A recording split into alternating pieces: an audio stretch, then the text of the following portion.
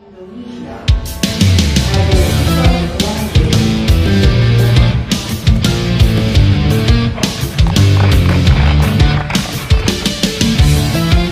bahasa Indonesia mencetak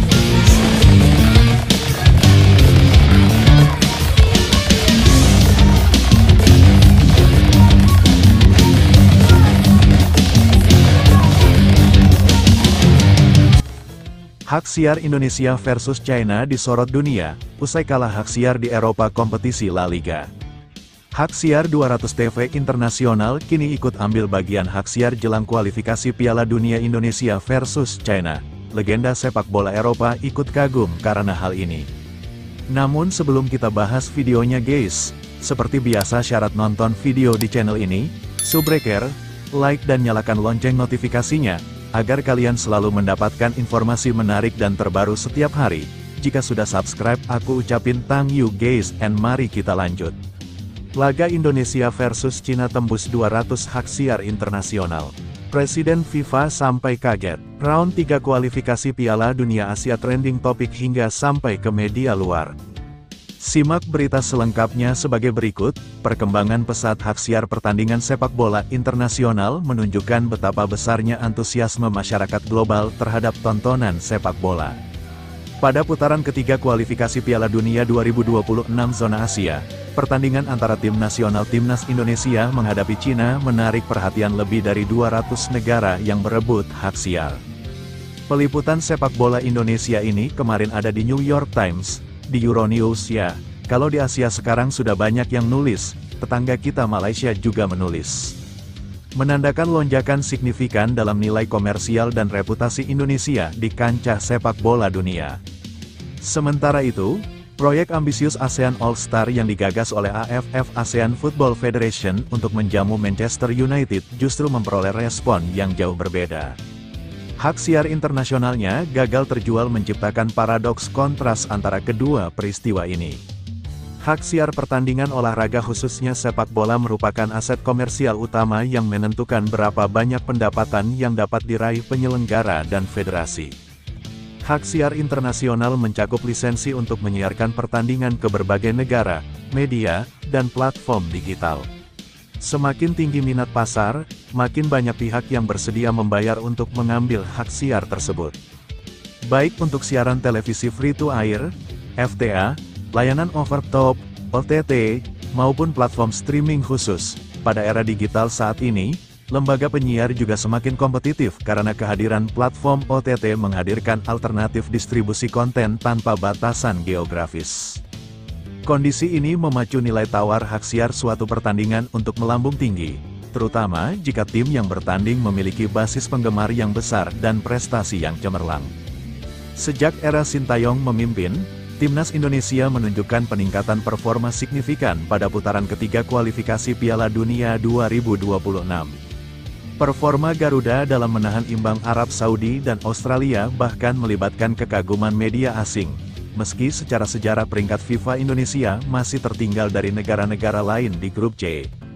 Keberhasilan ini mendorong kepopuleran Timnas Indonesia di tingkat global, memicu permintaan hak siar terdaftar lebih dari 200 negara pada laga melawan Cina pada tanggal 5 Juni tahun 2025 di Stadion Utama Gelora Bung Karno SUGBK Jakarta.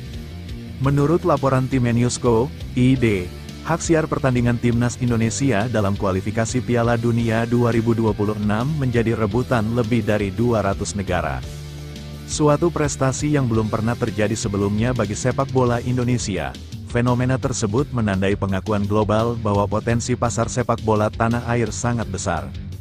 Terutama ketika Timnas menunjukkan kemampuan kompetitif melawan negara-negara Asia terkuat seperti Cina. Dalam konteks ini, hak siar tersebut bukan hanya soal liputan siaran langsung, tetapi juga menjadi indikator kepercayaan investor global terhadap sepak bola Indonesia. Malaysia misalnya yang selama ini menjadi salah satu negara tetangga dengan tradisi sepak bola kuat diharapkan untuk turut mengakui sisi hak siar. Namun kenyataan bahwa Indonesia berhasil memikat lebih dari 200 negara menimbulkan rasa iri serta refleksi bagi seluruh federasi sepak bola di kawasan. Hak siar untuk laga Indonesia versus Cina disalurkan melalui free-to-air, FTA, RCTI, sedangkan platform over the top, OTT seperti Vision menyediakan opsi streaming berbayar. Meskipun RCTI bertindak sebagai pemegang hak siar lokal di Indonesia, kemitraan dengan beberapa perusahaan satelit dan jaringan TV kabel memungkinkan pertandingan tersebut menjangkau wilayah Asia Tenggara, Asia Timur hingga Eropa dan Amerika. Lisensi internasional biasanya diperoleh melalui lelang tertutup di mana federasi setempat. Dalam hal ini PSSI menjajakan paket hak siar kepada entitas penyiar yang menawarkan nilai tertinggi berdasarkan estimasi penonton dan pendapatan iklan.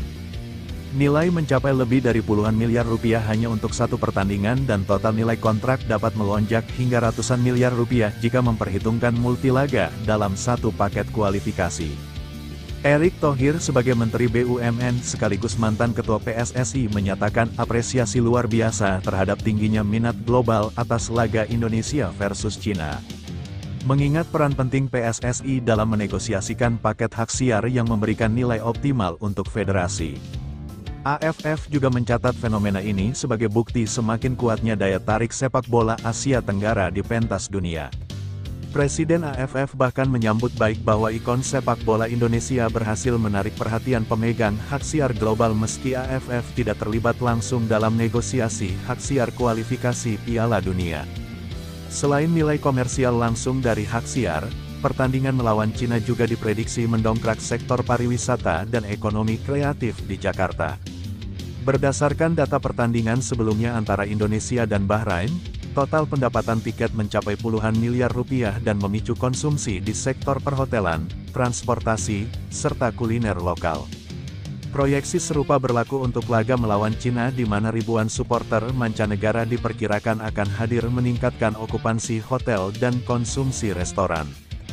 Hal ini berpotensi memacu multiplier efek ekonomi yang berdampak positif pada UKM, usaha kecil dan menengah yang menyediakan souvenir, merchandise, dan layanan transportasi lokal.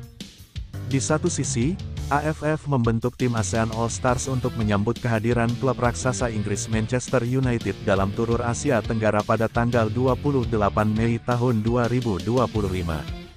Rencana awal adalah menggabungkan talenta terbaik dari seluruh negara ASEAN termasuk nama-nama besar Thailand, Indonesia, dan Malaysia.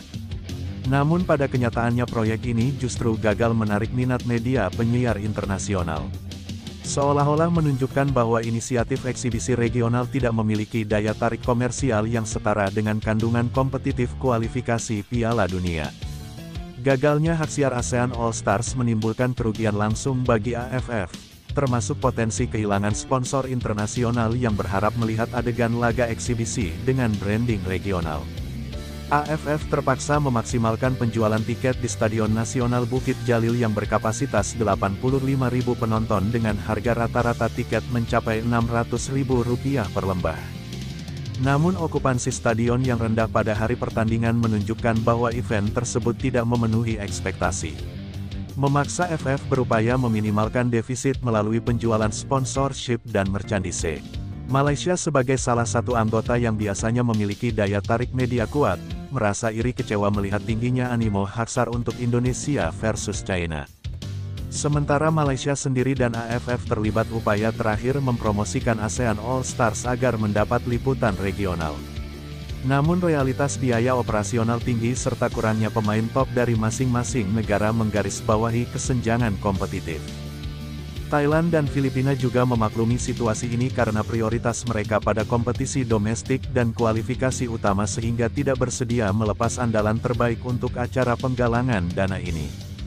Pertarungan hak siar Indonesia versus Cina di putaran ketiga kualifikasi Piala Dunia 2026 yang berhasil menarik lebih dari 200 negara menunjukkan prestasi dan potensi besar sepak bola Indonesia di mata dunia. Sementara itu, kegagalan ASEAN All Stars mendapatkan hak siar internasional menandakan bahwa event eksibisi tidak cukup memikat pasar global jika tidak didukung faktor kompetisi dan kualitas pemain yang mumpuni. Kedua fenomena ini memberikan pelajaran strategis bagi PSSI dan AFF dalam merancang model bisnis hak siar yang berkelanjutan, yakni memprioritaskan nilai kompetitif.